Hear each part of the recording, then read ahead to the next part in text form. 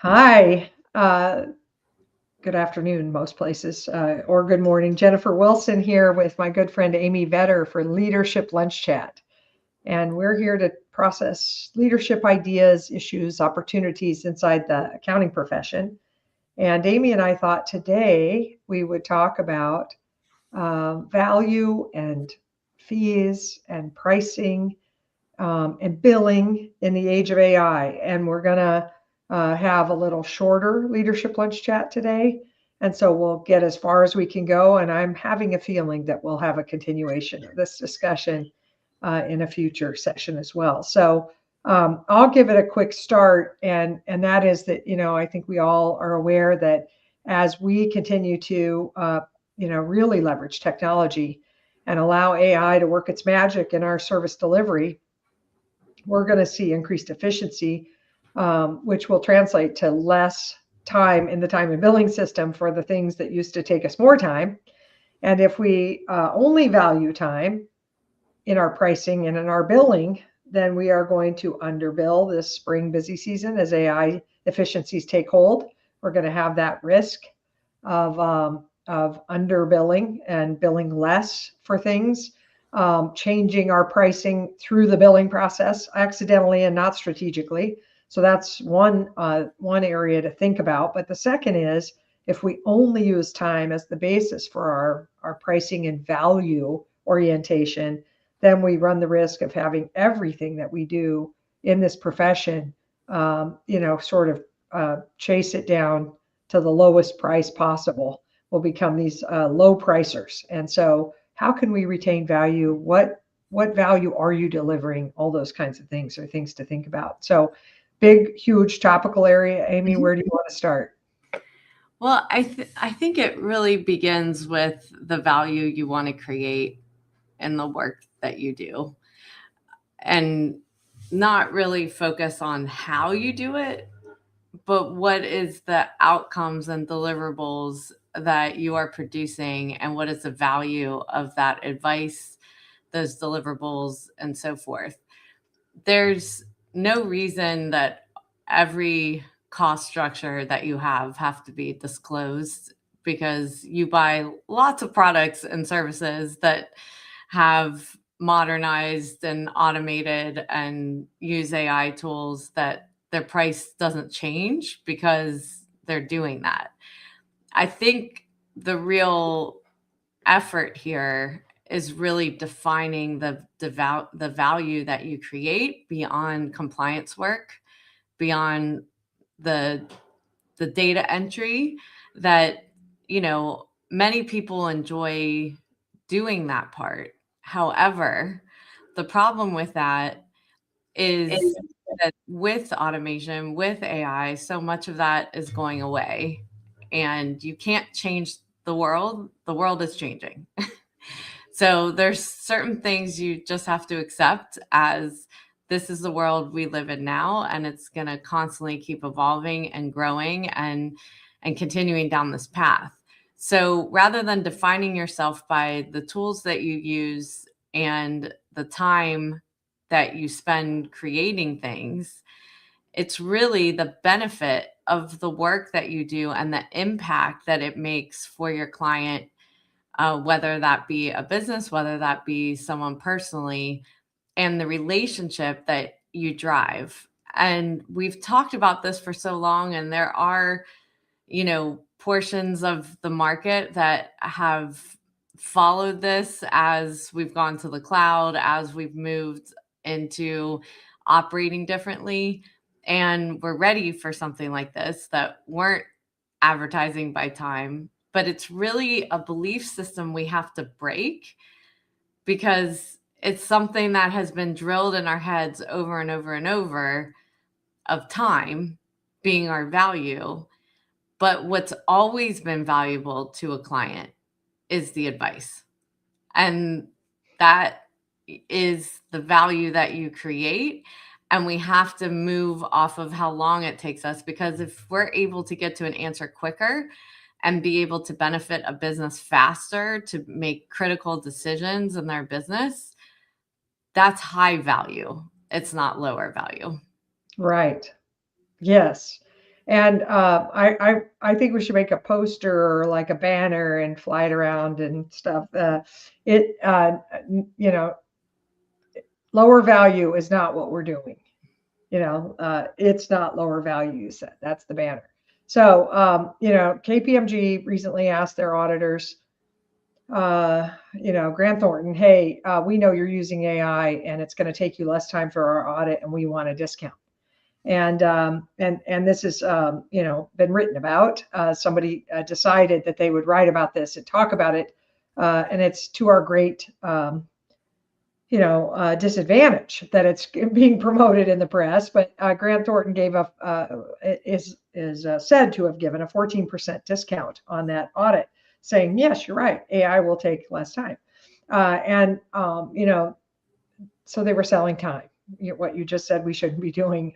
They rationalized it as that. And I've been saying to anybody that wants to talk about this subject, is the audit that they deliver, the audit report, is it any less valuable? Are we going to use it 14% less if I'm the audit report recipient?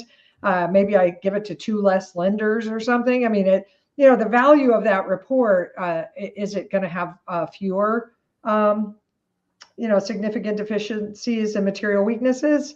Is it going to, it actually could be more valuable. It might actually have contemplated the entire data set instead of just samplings. And it could have way more value because of the technology that we deployed. Who cares about how much time it took?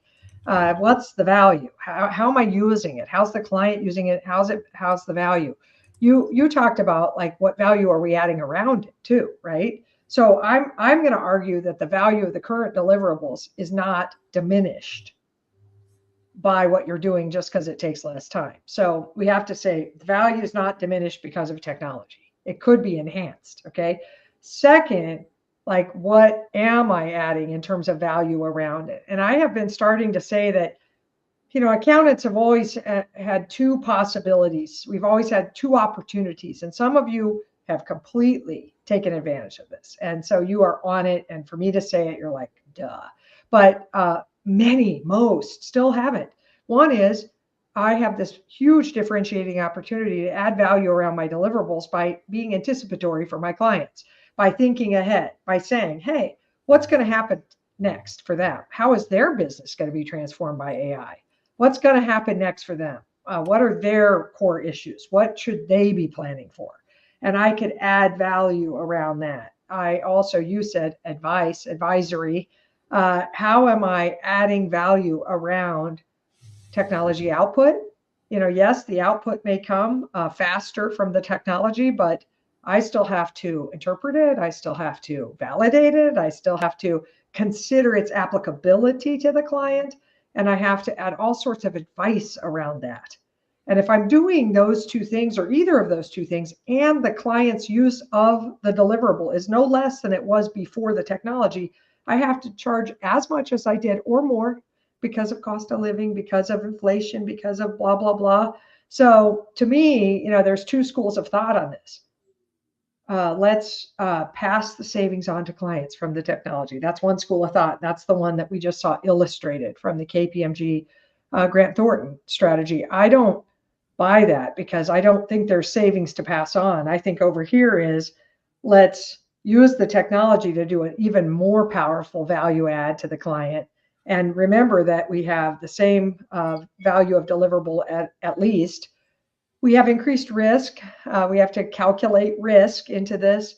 We have to calculate how are they going to use it, what sort of difference it makes, impact, as you said, Amy, and we have to think about those things in the fees. And technology license fees, for instance, huge increase in technology license fees. That's got to get passed along into this. There's no cost savings over here to pass along because we are increasing costs with those license fees, and we're training the heck out of our people to use the technology. So to me, preserving fees and increasing them is where we should be, and being able to train our people to articulate that value is what every firm should be working on right now. Yeah. And so I'm going to go to the other side of this Yep. that I think breaks the system is that we're so used to evaluating ourselves by time, right? So Yeah, if our metric inside the business is utilization and realization, and that's a belief system that that's the only way to evaluate the business and how well people are performing, then that becomes another inhibitor against moving away from this, right? And getting into the value. And it's really important that we think about how we're operationally set up. And a corporation is able to evaluate its people, its profitability by job, by line of business, by service line, however you slice and dice it. We do those reports, but we don't do them for ourselves. And it's really important we start thinking of ourselves as a corporation and what are the true metrics to look at to evaluate our business so that we can convince ourselves and have a proof base that this is the right way to evaluate our worth for our expertise and the work that we do. The second piece of saying there's cost savings is I would also disagree there's cost savings because there's R&D that isn't being captured, right. right? So all the time I'm spending to evaluate different tools, to operationalize those tools, to understand what the business processes are and the gaps in those tools that need human intervention versus technology intervention to make sure it's accurate and I can provide the right advice is enormous.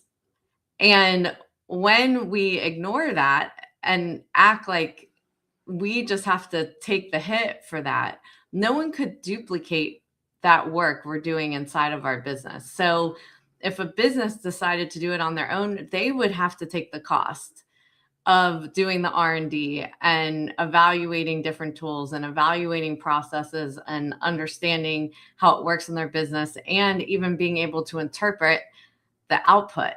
So Yeah. devaluing the investment that you're making in your business is a bad business decision at the end of the day. For sure. And it's one born in like not being strategic, and it's also like low self-esteem or something. There's something really like quick to cave or whatever on fees. Like we'll give them up.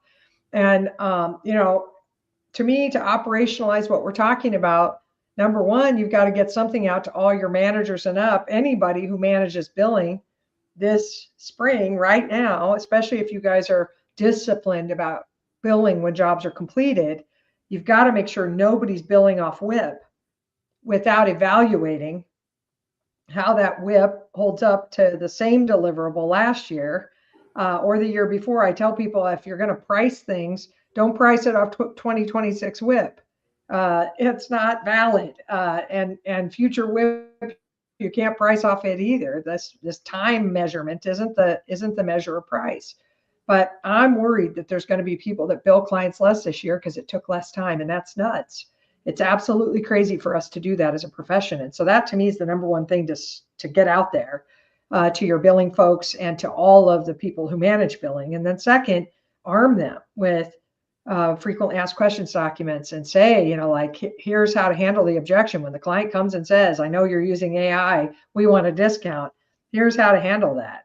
And here's how to explain to them that we're not going to do that. And then the third longer range kind of thing, a summer thing maybe, is let's really evaluate KPIs so we don't keep playing a time-based game, which is going to create some weirdness, folks, because people are going to start padding time in a big way because this AI is going to take time away. And if we're using the red badge of time courage as the measurement, I'm going to just start putting in some time, or something like goosing it up, or I don't know what it is, but please stop that. Rethink the measurements, as Amy just said, and really let's dig in and start truly, not just talking about it, but truly figuring out our value add in advisory services, interpretations for our clients, anticipation for the clients. What difference can we make around these deliverables? And let's get busy on that. Let's get busy developing, doing the R&D Amy just suggested, to develop the skills and the processes to add more meaningful value around our deliverables for our clients. And you don't have to do it for every client initially. Just do it for the 80% of the revenue clients, the 20% of the clients who are 80% of your revenue. Just go there first. How can we add value? That's a summer project. And we got to get to work, folks. This is like right now. This is not later. This is not 2027. Absolutely. Yeah. So thanks, Amy. Thanks for this time today. Thanks for processing this. We're just scratching the surface. We're going to have to dig in more. And I think it'll be a topic probably all year long while we're figuring it out together as a profession. Thanks, everybody, for participating today. We appreciate you. And we look forward to seeing you at a future Leadership Lunch Chat. Bye now. Have a great weekend.